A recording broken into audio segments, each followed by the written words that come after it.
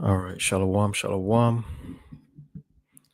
Before I begin this lesson, I want to give all honor, praise, and glory unto Yahweh, Bahasham, Yahushai, Bahasham, Rakah, Qudash, for giving me the spirit and the time to do this lesson. All right, double honors to the elders and the apostles, great millstone, who I learned this truth from. They are the real prophets of all of Israel in these end times, the ones that are sent by Yahweh, Bahasham, Yahushai, to give us the correct way to salvation. So you'd be wise to cleave to them. All right. Shalom to you, Akwaf in order, and shalom to you, brothers on the highways and hedges, giving up your body as a living sacrifice. Shalom to you, Israelites scattered abroad. It may look like these other nations, but your seed line goes back to Abraham, Isaac, and Jacob, making you a Hebrew Israelite, regardless of what you may look like, because it's ain't about appearance, it's not about color, and we don't teach that. It is about what your seed line goes back to. So if your seed line goes back to Abraham, Isaac, and Jacob, regardless of what race of person you appear to look like, then you are a Hebrew Israelite, okay? And Shalom means peace be unto you. All right. As you see in the title of this lesson, it says, don't neglect the gift that you've been given. And this is speaking to those who possess this wisdom, who possess the knowledge, wisdom, and understanding of the Holy Bible, okay? I've never really done a lesson on this topic before because for years I've struggled with, I wouldn't say slothfulness, but, certain things have prevented me from being as diligent as brothers that have been in this truth longer than me. And, things, I've made sacrifices and things are starting to clear up. So I'm able to bring out edification more often than I had been in the past. And I want to say first and foremost, this lesson is going out to myself also. Okay. I am not in any way, shape, or form perfect or as diligent as other brothers. Okay. But I want to stress the importance of, letting this wisdom out there, you know what I mean, for brothers to learn from. And I've got many scriptures that I plan to go over. Okay, so Lord willing, this lesson be edifying to the hopeful elect. I don't have any clips in this lesson or anything like that. It's not that type of lesson. This is a lesson to basically show you and stress to you the importance of, putting your light on a hill, so to speak, basically showing forth this gospel that you've been given. Don't neglect it, because the thing is, you got to understand the importance of what you've been given and the rarity of what you've been given. You've been given something that isn't given to many people in this earth, man. And I want to start, right? I'm going to quickly share my screen. I'll make it full screen here. I want to start here in the book of 1 Timothy chapter 4 and verse 12. It says, let no man despise thy youth, but be thou an example of the believers in word, in conversation, in charity, in spirit, in faith, in purity, right? Now, each one of these things that is saying in, right? Each one of these are separate and each one of these are very important, man. So you can't let it go over your head. We must be an example of the believers, right? The ones that congregate and listen to, they watch our videos, the sheep, in other words, the ones that are diligently trying to learn, right? It says we must be an example to them in word, right? So basically, the words that we teach. It says in conversation, right? Which, our conversation is in heaven, which goes into the example that we're setting forth. It says in charity. Now that's doing the work of the Lord, right? That's what our charity is. And it covers a multitude of sins. The scriptures speak about that also, that, roughly paraphrasing, it says that charity covereth a multitude of sins. It says in spirit, right? Because we got to be in tune with the spirit of the Lord. It says in faith, right? So we got to be an example in faith. And if you're not putting forth some effort into this ministry, you're really not showing the example of faith. And we're gonna need faith, and we need to build up our sheep's faith in these last days, man, because we're gonna need faith to get us through what we're getting ready to go through, right? And it says impurity, right? And this is important, because if you're not doing this in sincerity and in truth, in purity, then you're pretty much uh cursed. Because the scriptures speak about cursed. Cursed is the man that doeth this work deceitfully, roughly paraphrasing. Let me see if I can quickly grab that. It's Jeremiah 48 and 10. I think I got it here. Yep. So this is Jeremiah 48 and 10. It says, "Cursed be he that doeth the work of Yahweh deceitfully." Okay.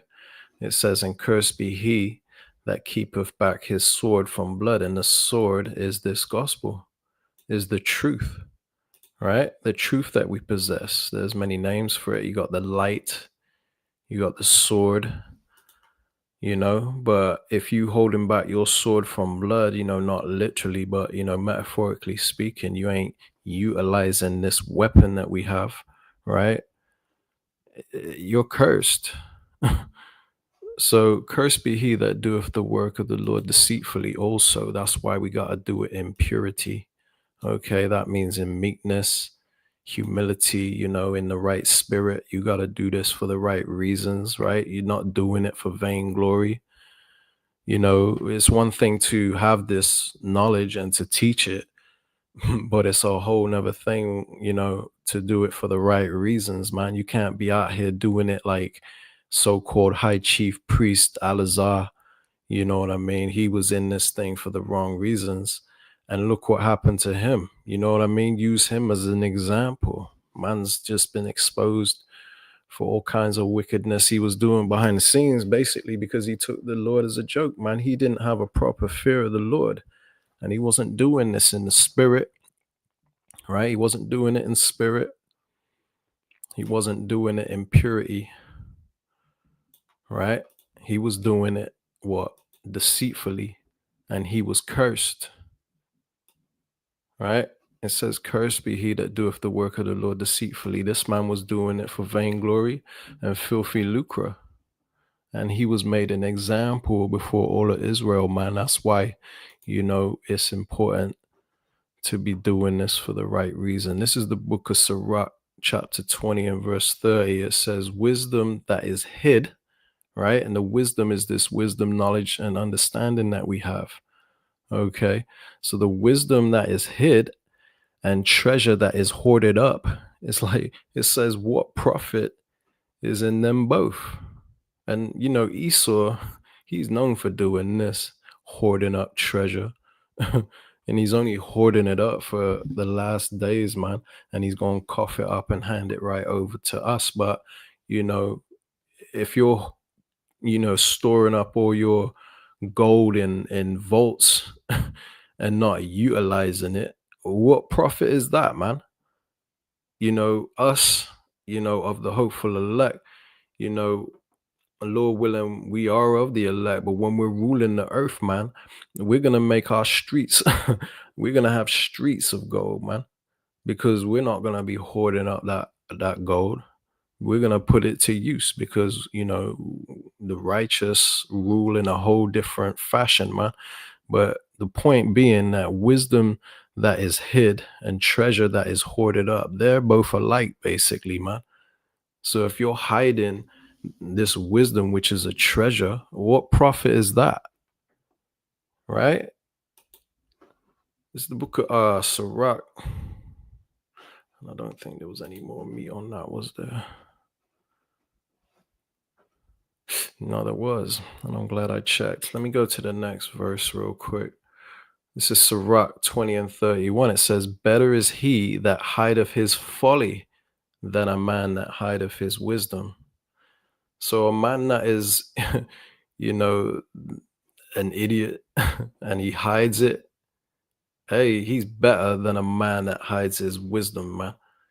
Or a man that hides, his um how else can I explain it? Um, better is he that hideth his folly, right? So a person that hides his another side to him that he's not showing, you know what I mean? He's really a foolish man or whatever, right? Is the best way I can describe it. But he hides it. You know, the scriptures speak about even a man that holds his tongue is counted as wise, or something to that degree, roughly paraphrasing. A man that holdeth his tongue is counted as wise. Even a woman, say a woman, she looks mysterious or whatever, but really she's a loud, bumbling fool. But say she was to hide that and keep her mouth shut, you wouldn't know. You would think, hey, that might be a keeper right there. Let me watch her, right? And it's until she opens her mouth that you realize that she's full of folly. It's the same thing here. It says, better is he that hideth his folly, right, than a man that hideth his wisdom. See? So that person, even though they are a fool, right, but they hid it, they're counted as better than a man that hides his wisdom. So even if you have this knowledge, wisdom, and understanding, and you're not utilizing it, you're no better than a damn fool, man. Okay, let's go to the next precept. This is Ecclesiasticus 4:23. It says, and refrain not to speak when there is occasion to do good. So, say for instance, the Lord puts something on your spirit, you get an idea to do a fire lesson, right? But you put it off. Hey man, hey, you could be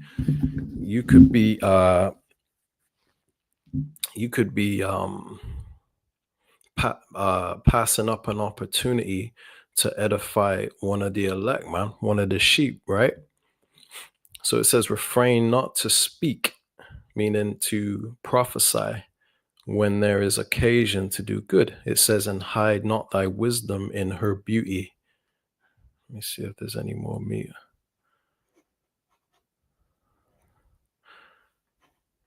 Yeah. All right. So the next verse, it says, for by speech, wisdom shall be known. So wisdom ain't going to be known if you don't speak, right? If you have this knowledge, you got to speak, man. Now, obviously, in this life, people have to work. Some people have families. Some men have wives. And this can take up a man's time and stuff. But and we have to use this word, not abuse it. But you gotta put forth as much effort as you can into this ministry, man, because of the importance of it. And if you're letting certain opportunities pass you by, right, then you're risking people not, your sheep not getting the understanding that they need, man, and that can be detrimental to their salvation, right? If they're you know if they're of the elect, they're gonna find their way either way. But you still got to do your part to feed them, okay, because there's great reward for it. It's not in vain. For it says, for by speech wisdom shall be known, and learning by the word of the tongue. See, so the power of the tongue, when utilized in the right manner, you know what I mean, it is very important in this walk, man. Okay, I'm trying to tread carefully with my words here because it's important that we think before we speak too.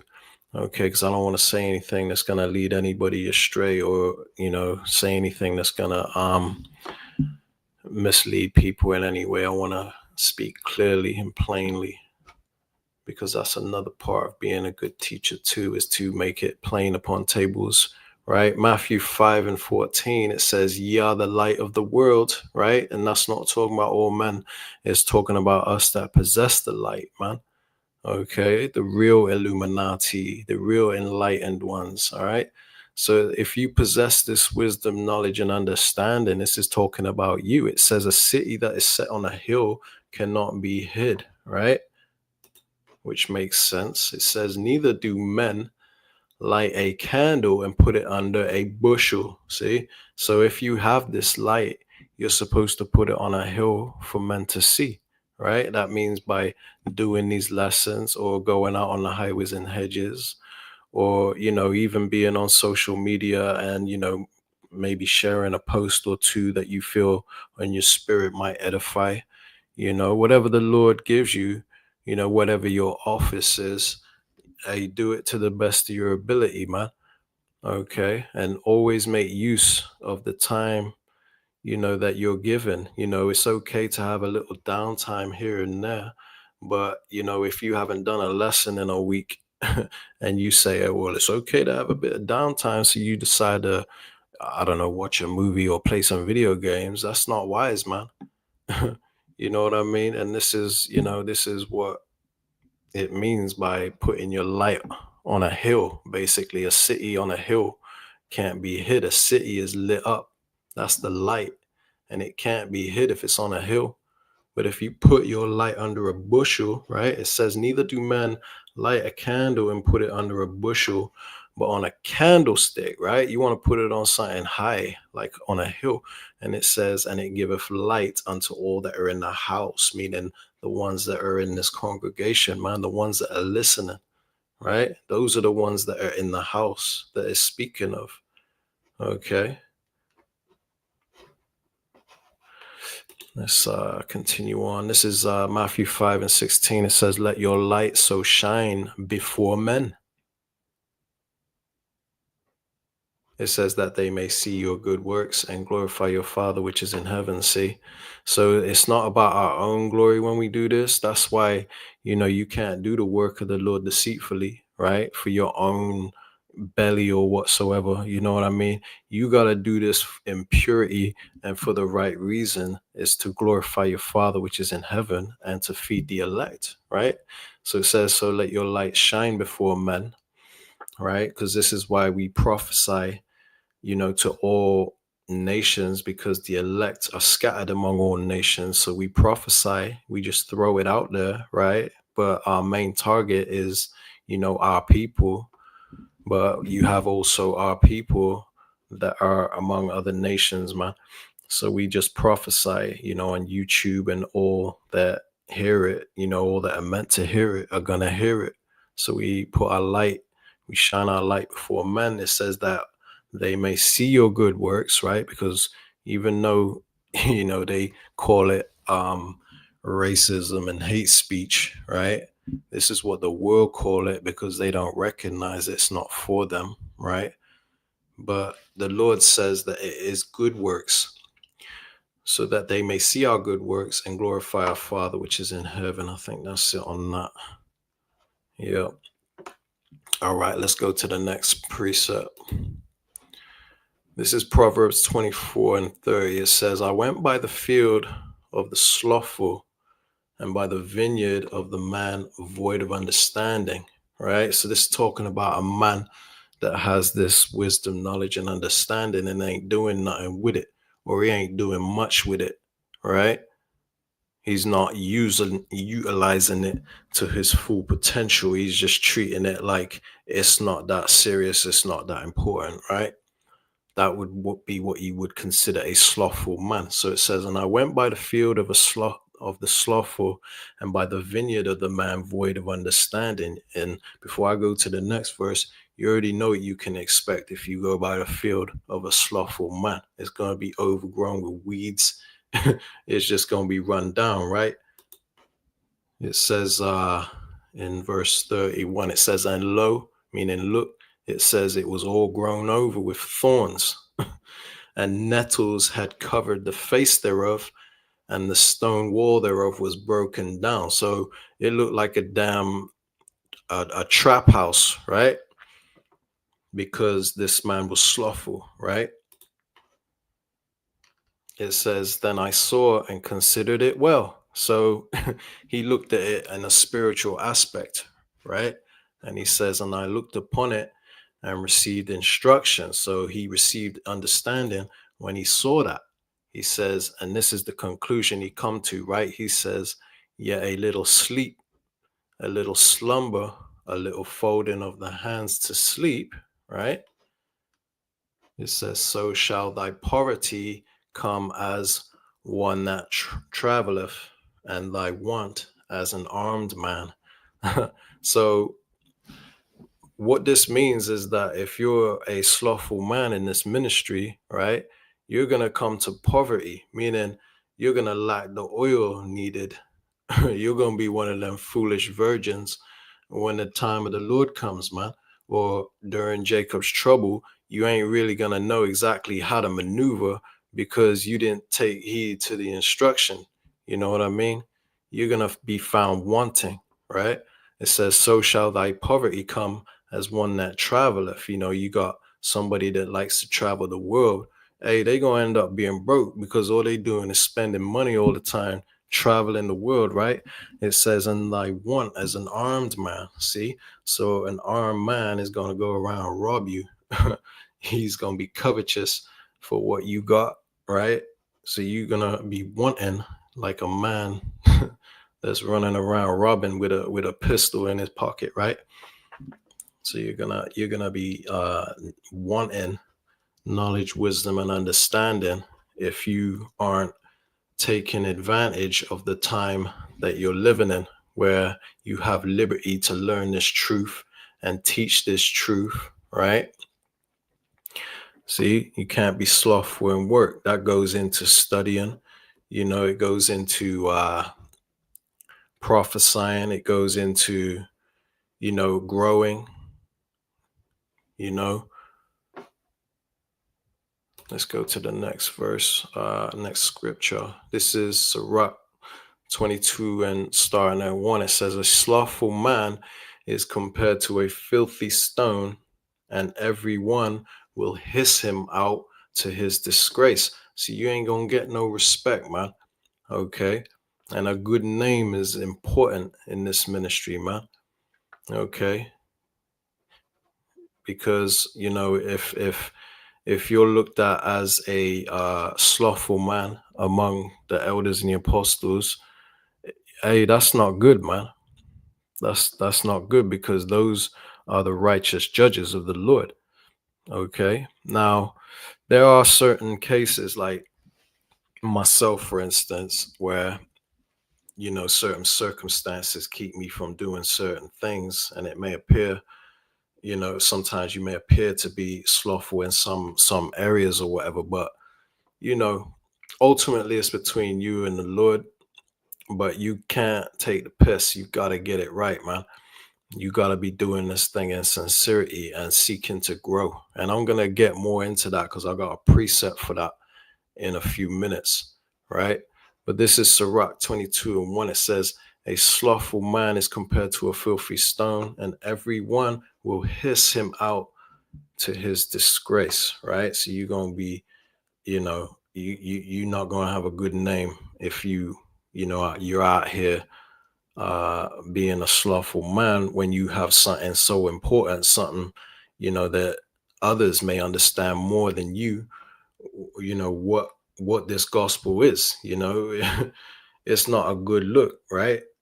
It shows that you're not understanding the value of what you've been given, right? Which isn't given to all people, right? It's a slap in the face to our Lord if you know, he gives you the wisdom, knowledge, and understanding, and you know, treating it casually, right? So this is Sirach 22 and 2. A slothful man is compared to the filth of a dunghill. See? So a pile of shit, right? That's what a slothful man is compared to, but to be more graphic, a pile of doo-doo. It says, every man that takes it up will shake his hand. See? So if you pick up this pile of doo-doo with your hands, you you're gonna shake your hand. If you accidentally pick up a pile of doo-doo, man, you're gonna shake your hand. You're gonna be trying to get that off your hands, right? you're gonna want you're gonna want to get that thing off of you. You're gonna want to get away from that, man. Okay, because This is how you can compare a slothful man to, something that people have no respect for. They look at as, worthless, right? Gets no respect. Right, let me get to the next precept. This is Proverbs 18:9. It says, "He also that is slothful in his work is brother to him that is a great waster." Now, this, don't really need no breaking down because it speaks for itself, you know, because if you're one that is slothful in work, you're you're counted as a waster, man. And a waster is not somebody that gets respect, because if you have something valuable and you waste it, hey, it's not a good thing, man. Right? So he that is slothful, he also that is slothful in his work is brother, meaning, you're you're pretty much related. You're just the same as him that is a great waster, because you're wasting something that is so precious, man. It's like having a I don't know. You say you're one that turns gold bars into jewelry, right? And during that process, you have to shave down the gold, you have to form it and mold it into the shape that you want it, right? But then you got all these little pieces that came off of what you shaved down, and you took a big heavy gold bar and turned it into something small and beautiful, right? Some sort of art, but yet you got all this extra gold pieces that came off in shavings and stuff, and you just sweep it up with a brush and you just toss it in the trash, man. Hey, man, that's just that will to see someone do that, it will irk your spirit, man. You know, it's like, what the hell are you doing? Don't you know you can melt that gold down and make another precious item, a ring or something, right? You got something as valuable as this truth, right? And you're out here and you ain't using it to the best of your ability, man. You just boy, you ain't no good, man. Let's go. Actually, no. Let's go over here.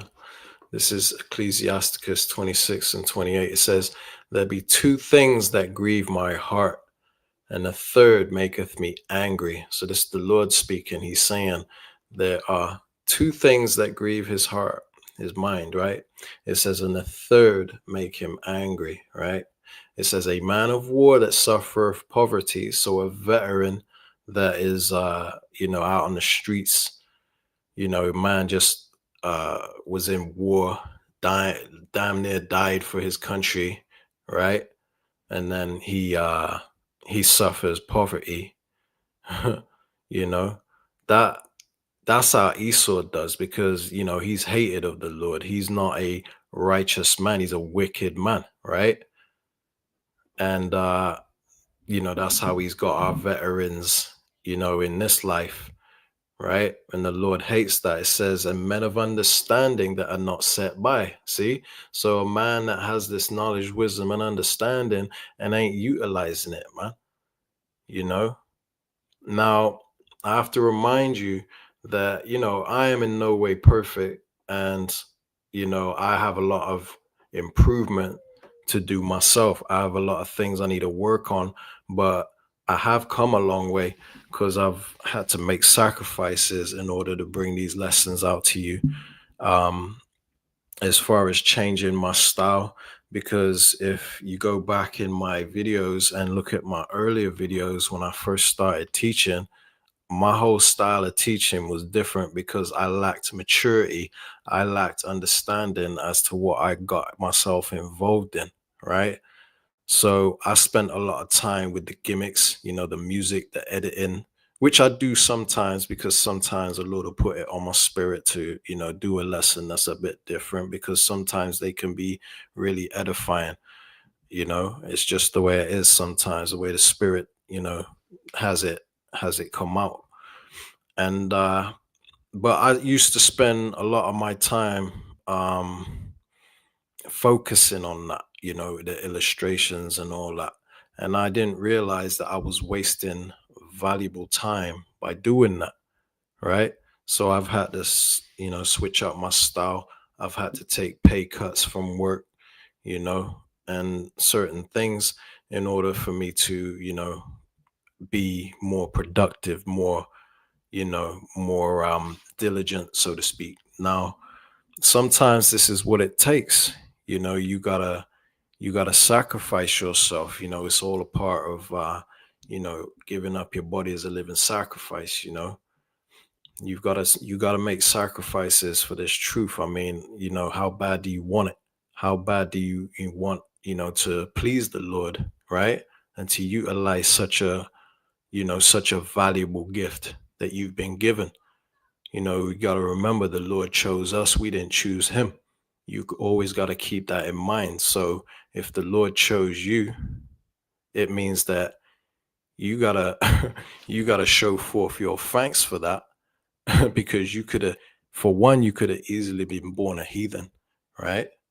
You didn't sign something to say, Lord, when you create me, I want to be an Israelite. No, the Lord chose you to be an Israelite first and foremost, and then he chose you out of thousands of people in the earth to be that one in thousands that possess this knowledge, wisdom, and understanding. You broke through many obstacles as far as Christianity, Islam, all these other philosophies, atheism, right? And you were one in, thousands that was not only a believer, but had the knowledge, wisdom, and understanding. And then when you was called into this truth, you had to navigate through other obstacles as far as all these false prophets, man. So, being that you have the name of the Lord, you have the truth, you've identified the real prophets, you were born an Israelite, all these things were a gift that was given unto you because you're blessed. And we got to show forth our thanks by putting in as much as we can. Now, every man has his measure, no man, uh, nobody's really on an equal level to other brothers in this walk, man. Everyone has their own way of doing things, or their own way that they learn, way that they teach. So you just, the point is that you got to do this in sincerity and in truth. You got to do the best you can with what you're given, and always strive to do better, because we can always do better, man. you know and like, I have to remind you, I speak for myself first and foremost, man. This is why I've never done a lesson on this, because it's been something that's been um it's been heavy on my heart for the longest. I didn't really feel um like I had the authority to teach to teach this less type of lesson, man. And I still don't, you know, but I understand the importance of teaching it at some point, because of the importance of it, man. We got to understand what we have, and the importance of teaching, you know, what we have, man. Anyway, I'm rambling a bit. Let me read this. This Sirach 26 and 28. It says, "There be two things that grieve my heart, and the third maketh me angry: a man of war that suffereth poverty, and men of understanding that are not set by." See, so us that have the truth, that ain't doing what we're supposed to be doing with it. It says, "And one that returneth from righteousness to sin." So you got Peggy Bundy, right? Pegasus comes to mind. You know, the man, the man was never in righteousness, but he was attempting to teach the word, right? He was seeking to be a man of the Lord, right? But pride snuck in. And this man, he ended up being deceived. But where is he at now? He's returned to his sin, man, because now this man's calling himself a Hoover Crip, right? And then he's out here trying to be friends with atheists and Satanists and be a damn podcaster. you know. So that's another thing that makes the Lord angry. And it says, the Lord prepareth such an one for the sword. See? So although this man, Peggy Bundy, has been shamed in front of all of Israel, right? And is still being humiliated every time he comes on a podcast or whatever. He's even got the podcasters picking on him for his shame, right? The shame that all came out and got revealed. But that's not the end of his judgment, man. It says the Lord prepareth such an one for the sword. So this man, if he don't repent before the Lord's return, right, or Jacob's trouble, this man is in trouble, man. Okay, because he doesn't have the covering of Yahweh Shem Yahushai. So it shows the importance of having this word and sticking with it. You know, you put your hand to the plow, ain't no looking back, man. You didn't sign the contract that you can't get out of. This is for life, man. Blood in, blood out, right? That's it. Right. So let me read the next precept. This is Proverbs 26 and 13. It says, the slothful man saith, there is a lion in the way. There is a lion is in the streets. So a man like that, a slothful man, they're full of excuses, right? They say a lion, which is a powerful creature, a major obstacle, so to speak, is in the way, right? I got this problem, I got that problem, I can't do it, oh, this is too hard for me or something. They're always making up excuses why they can't do certain things. And it says a lion, he also says a lion is in the streets because, the men of the Lord are in the streets, the highways and hedges, right? So when opportunity comes for you to be on the highways and hedges, you gotta seize that opportunity, right? Rather than making up excuses. Now, like I said, I speak for myself first and foremost. I'm in a position where, I'm in a village and I can only do so much, and I can't go out when it's raining because there's really nowhere around here that that has any shelter that I can actually teach outdoors in the weather like that. So I do, I make try to make up for it. I do indoor lessons, on days when the weather's not great. And also I live around nothing but Edomites, so I can't exactly go in the middle of my village and teach the gospel. So it's a little bit different. But every other Saturday I'm on the streets of London with Elder Yawa Kanan of GMS Babylon. GMS Babylon is Fallen, I believe his channel's called. And I'm not on camera, but I teach with him. And I'm seeking to be a part of Great Millstone, where I will be on camera and I will be out there every Saturday. I think the only obstacle for me is that I need to get a car so that I don't get kicked out as soon as I join. You know what I mean? So my transportation has to be on point. I don't have a car at the moment, but I'm working on that, and it looks like it's going to happen in the very near future. So we'll see. But either way, like I said, you got to be sincere and you got to do what you can to, what I mean, get out in the streets. It's important, okay? Because that's where you're going to do more edifying if you're out in the streets rather than, in the hedges, which isn't nothing wrong with, being in the hedges, but, the streets, is more effective, I would say. So, in case being that a slothful man is full of excuses, right? They're saying that a lion is in the streets, meaning, there's people that may challenge my knowledge in the streets or whatever, you know. This is Revelations 3 and 15. It says, I know thy works, that thou art neither cold nor hot. I would thou were cold or hot, right? So the Lord, he says, let your yea be yea and your nay be nay. There ain't no gray areas with the Lord, man. That's why he says you either love him or despise him, right? It's because there's no in between, right? So you're either on fire or you're not, right? You're either hot or cold. Because if you're lukewarm and you're just kind of one foot in the world, you got one foot in the truth, or you just, you just half-ass doing things like you do a lesson and you just doing it because you got to bang out a lesson and you got to reach a quota rather than doing it for the right reason. Hey, you might as well not do it at all, man, because that's just being lukewarm, right? You got to put your all into your lessons, I'm not saying that sometimes situations don't happen. You have to bust out something on the fly, when the spirit's on you and you may think, I could have done better. That happens, man. But you just got to put your all into this, man. Do all you can, right? Let's go to the next verse. It says in Revelations 13 and 16, it says, so then because thou art lukewarm and neither hot nor cold, you're not on fire and you're not uh lazy, I guess, right? You're in between, right?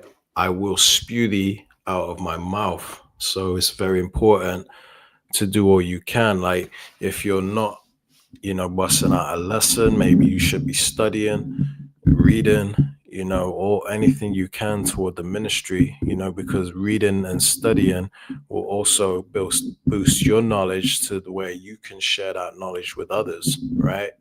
It's like trimming your lamp, when you trim when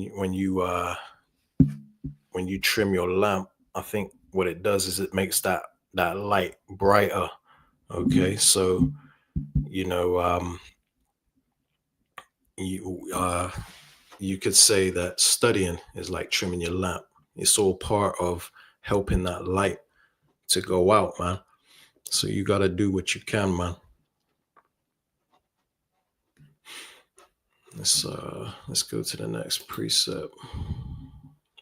It's 1 Corinthians 9 and 24. It says, know ye not that they which run in a race run all? So, if everybody in a race is running, right? So they which run in a race run all. So everybody's running in the race for the right reason, right? It says, but one receiveth the prize. See, so only one is going to win out of all them that are in the race. So what it's saying is, know ye not that they which run in a race run all. So everybody's running, but only one receives the prize. See, there's only one winner. There's not going to be two that cross the line at the same time and it's a draw. It says, so run that ye may obtain, meaning you got to be in it to win it. Run, basically do this work so that you can obtain a crown, that incorruptible crown, right? Because some people are in it for the wrong reasons, and you got some people that are in it just to be in it, just to say I'm a Hebrew Israelite, or I'm a prophet, so that they can get some sort of fame, glory, right? But you got to put your all into this so that you can obtain the prize, which is that crown of life, right? It says, and every man that striveth for the mastery is temperate in all things. So this is anybody that's in a certain profession, they're diligent in what they do, to try to be the best. It says now they do it to obtain a corruptible crown, right? So they do it to obtain riches or reputation in this world, right? Fame, glory. It says, but we an incorruptible, see, because our treasure is in heaven where moth can't corrode, rust can't corrode, moth can't destroy, right? Thieves can't break in. So we're doing it for an incorruptible crown, meaning in our eternal legacy, being that we was one of the righteous and one of the wise that obtain favor of the Lord, man. We're not doing it for a college degree or riches in this world, because this is all corruptible, man. It says, I therefore so run, not as uncertainly. So So fight I not as one that beateth the air. See? So, he's saying that he runs for the right reasons, right? So he doesn't fight as one that is beating the air, like, shadow boxing, because what use is that if you're fighting and shadow boxing, you want to be hitting something. So therefore, we run uh, not as uncertainly. So we're doing this for the right reasons, right?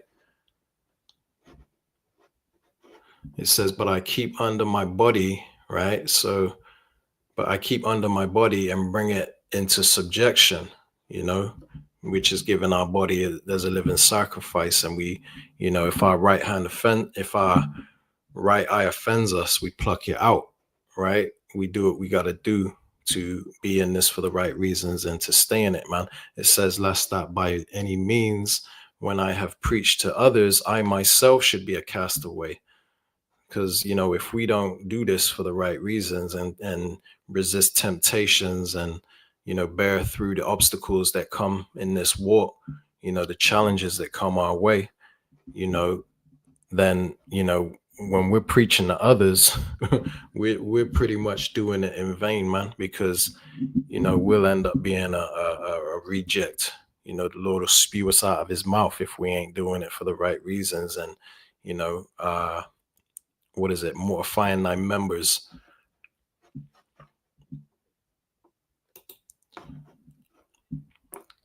right? So it says many are called and few are chosen, right? And that's self-explanatory. Many are called into the knowledge of this truth, but not everybody's chosen, right? So this is why we got to make our calling and election sure, man, by doing what is pleasing in the Lord's eyes. Do as much as you can, go as far as you can, okay? Because being called into this knowledge don't mean you're chosen. There's many people that call themselves Hebrew Israelites and claim to have the truth out there on the highways and hedges, right? But not everybody is chosen, man. Only those that are, worshiping the Lord in spirit and in truth, man. And we'll know who they are in the very near future, who the chosen are. It says in 1 Corinthians 15 and 58. So lucky I didn't call out that scripture before I read it. That was Matthew 22 and 14 for those that may be listening and not watching. This is 1 Corinthians 15 and 58. It says, therefore, my beloved brethren, right, which are the elect, it says, be ye steadfast, unmovable, right? So because you're going to have many things that try to move you.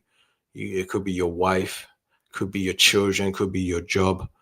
But you got to stay steadfast and be unmovable, man. It says always abounding in the work of the Lord. See? So you always got to be seeking to do the work of the Lord to the best of your ability, man. It says, for as much as ye know that your labor is not in vain in the Lord. See? Our labor is not in vain. There's a reward for what we're doing, man. And we're not just doing that for our own selfish gain or whatever, but we're doing this to obtain the kingdom and a good reputation in the kingdom, man. We don't want to be Nate in the kingdom. Imagine in the kingdom and you see Nate walk by. Yeah, Hashem, yeah, shy. You know how Nate got that rep in this world, that goofy laugh he does and that annoying voice.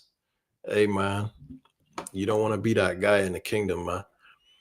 Walking around with your head low, right? But our labor is not in vain. That is the point I'm trying to get at, right? Now, I want to read this here. This is Isaiah 55 and 10. It says, for as much as the rain cometh down and the snow from heaven and returneth not thither, but watereth the earth and maketh it bring forth and bud, that it may give seed to the sower and bread to the eater.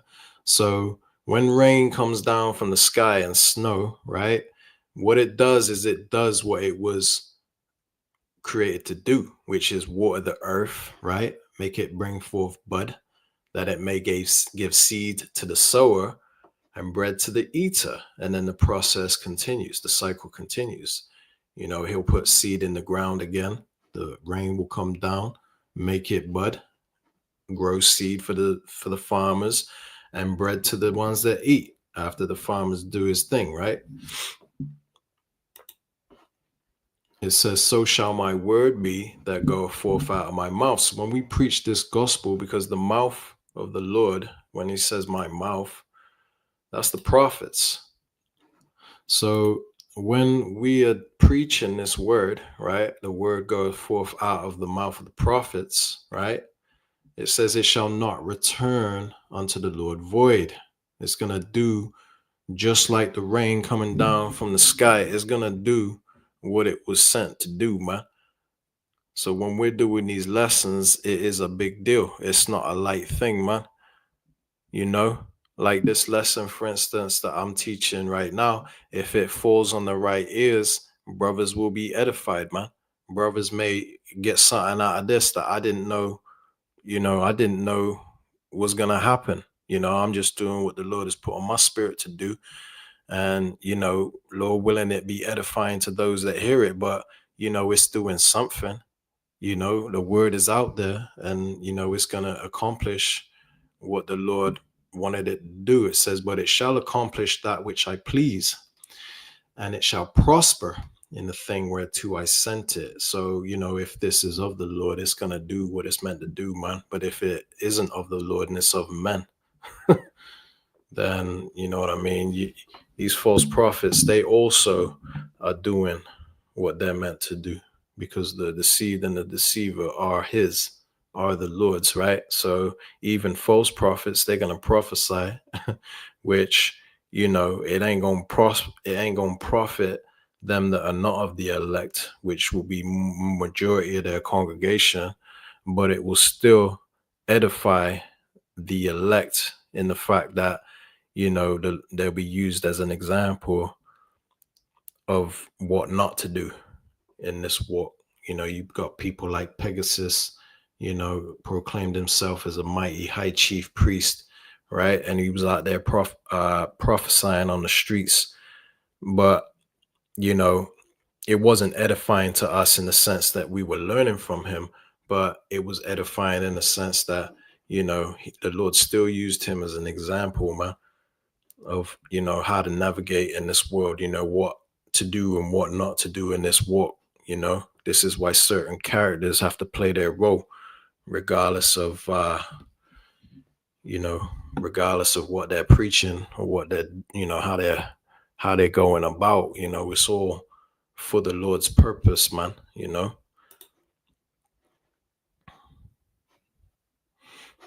think that's it on that. This is James 1:22. It says, but be ye doers of the word, and not hearers only, deceiving your own selves. See, so, it's one thing to hear the word, which is fine, right? Because you by hearing, you learn, right? But it says, don't be hearers only. It says, be doers of the word. See? So it's important to utilize what you've learned by hearing.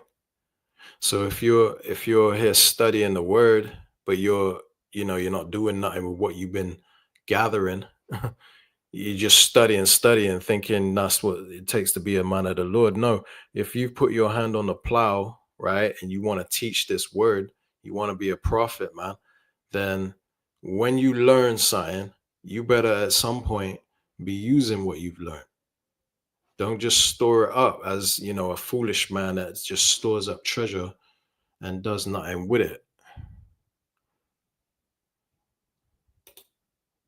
Like I mentioned here, like it mentions here in Sirach 20:31, better is he that hideth his folly than a man that hideth his wisdom. See, now we get wisdom, knowledge, and understanding by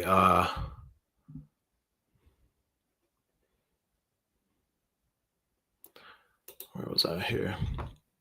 By hearing,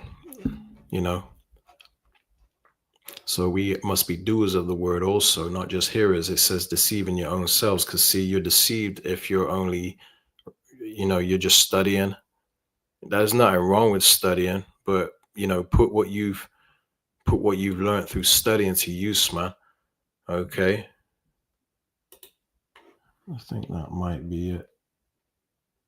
Here we go. Now I'll read this. It says in James 1 and 23, it says, "For if any be a hearer of the word and not a doer, he is like unto a man beholding his natural face in a glass." Right? So you're looking at yourself in the mirror. It says, "For he beholdeth himself and goeth his way, and straightway forgetteth what manner of man he was." So you basically you learning, like when you're looking in the mirror, right? You're learning, your face, you're seeing your face, right? But when you go away from that mirror, you basically forgetting what manner of a man you was. It's the same as if you learning this truth, which is likened unto beholding your face in the mirror, and then you just walking away and forgetting what manner of man you were. That's like you having the truth and not utilizing it, man. You gotta teach it.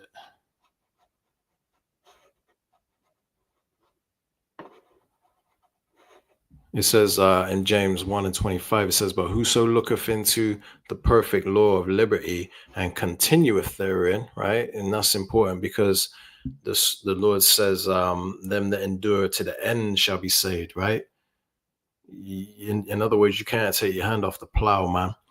It says, "He being not a forgetful hearer," if you to be a hearer is somebody that studies and learns, right? But if you're a forgetful hearer, you're one that studied and then forgot what you studied, and you can't utilize what you learned.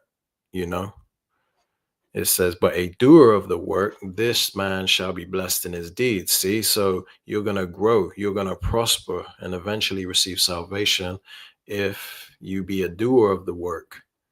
You know, I hope I explain that clear.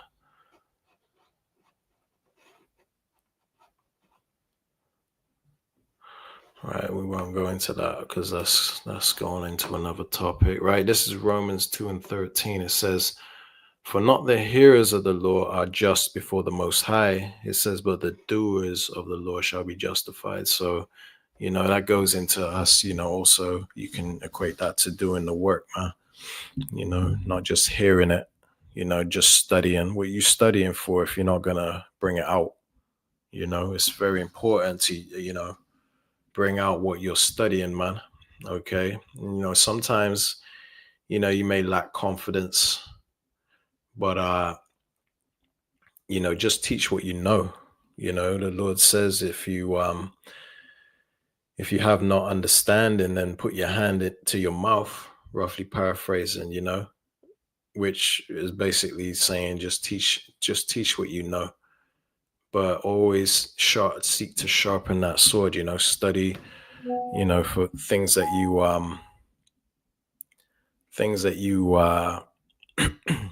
things that you don't know. So lucky my mind just went blank because I just got a text message, but I got an interruption. But yeah, just teach what you know. If you don't know something, then just put your hand to your mouth, man. All right. But at the end of the day, you should always try to sharpen that sword and just increase in learning, and something that you're not quite confident on, hey, just go over again. But seek to get to the point where you can bring out a certain topic, maybe like a parable or whatever that the Lord spoke. If you can dissect it beautifully and make it plain upon tables, that it has a lot of value. That is very effective. All right, because you gotta keep in mind we're in a war, man. Okay, it's a spiritual war, right? And we possess the weapon, which is the sword, right? We can't hold that back from blood. you know you can't just sharpen it either, man. You have to utilize it after you've sharpened it. Right, Jeremiah 48 and 10, it says, "Cursed be he that doeth the work of the Lord deceitfully, and cursed be he that keepeth back his sword from blood," which I read earlier. And self-explanatory, man. Okay. So, if you're the sword being the word, don't keep that back from blood, man, because you're cursed if you're that guy, man. Okay. So we gotta, not just sharpen our sword, we gotta You got to use it at some point, man. Right? Now, I'm going to close it out with this. This is John 21 and 15, starting at 15. It says, so when they had dined, Yahushua saith unto Simon Peter, Simon, son of Jonas, lovest thou me more than these? Now, it's not clear as to the these that it's talking about, but you pretty much understand what he's saying, right? Some speculate that it's talking about these other disciples, and some speculate that it's talking about his fishing net and his boat and his his his fishing equipment or whatever, meaning the things that he had in the world, but that's really not here, neither here or there. It says, he saith unto him, Yea, Lord, thou knowest that I love thee. He saith unto him, feed my lambs. Right? So this is what the Lord said. If you love me, basically feed my lambs, right? So in John 21 and 16, he says, he saith unto him again the second time, right? So he said to Peter the second time, Simon, son of Jonas, lovest thou me? He saith unto him, Yea, Lord, thou knowest that I love thee. He saith unto him, feed my sheep. Now, why did he say lambs the first time and sheep the second time? Because you got a lamb is, less than a year old. So it's new in this truth. And then you got sheep. A sheep is the same species of animal, but it's above a year old, right? And it has certain characteristics about it, but it shows maturity, right? So you got people that are new in this truth that need the milk, and you got people that are, been in this truth for a minute that needs some meat. Maybe you can bring out an article that brothers didn't know about, and you can, speak on it or whatever, and it'll be useful for them because they can then, expound on that and, add their talents to it, right? And bring it out and feed those that are on a higher level. So basically, it's important to, feed the lambs and the sheep, right? Those that are new in this truth, those that have been in it for a minute, right? So John 21 and 17, it says, he saith unto him the third time, Simon, son of Jonas, lovest thou me? And Peter was grieved because he had said unto him the third time, lovest thou me? So basically Peter like, man, why the hell you keep saying that? Why you keep saying the same thing? I didn't answer you already, right? So it says he was grieved because he said to him the third time.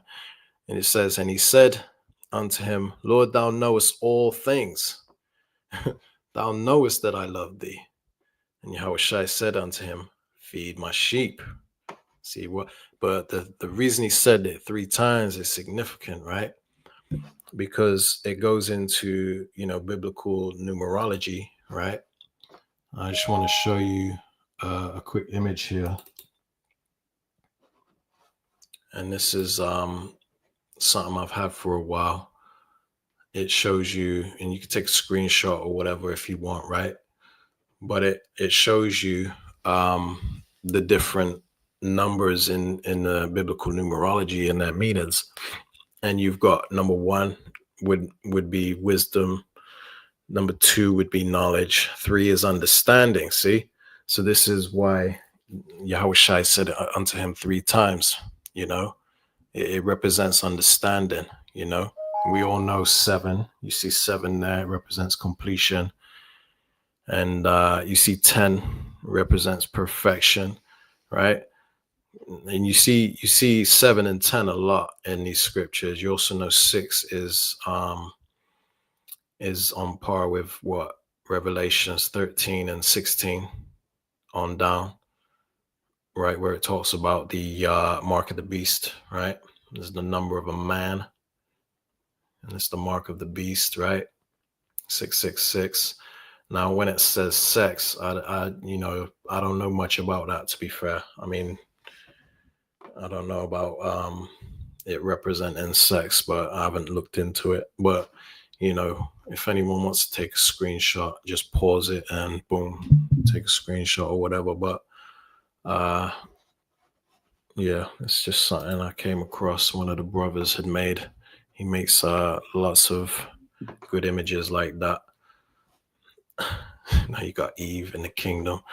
It's kind of motivating to see Eve in this kind of, happy, beautiful kind of state or whatever.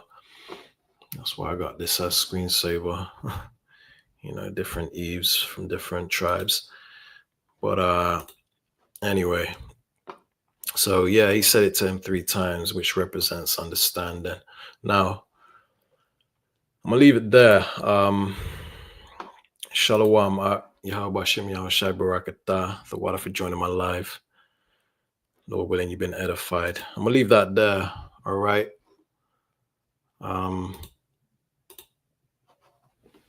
Yeah, I'm gonna leave that there because that's all I got on that. But I just wanted to stress the importance of what we have, and it ain't in vain.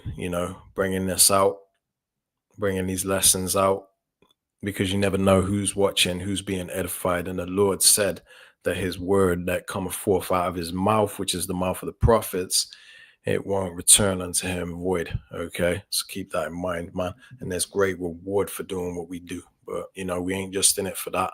We're doing it also because we're trying to be obedient as we can to the Lord, man. And those that are pleasing him are the ones that are going to be delivered, man. Okay, and it's also vital for our sheep's edification, man, so that they can also be delivered, right? So I'm gonna leave that there, and Lord willing, you've been edified by this lesson. I'm gonna close out. I want to give all honor, praise, and glory unto Yahweh Bahasham, Yahweh Shai Bahasham, Rakah, Kudash, Shalom.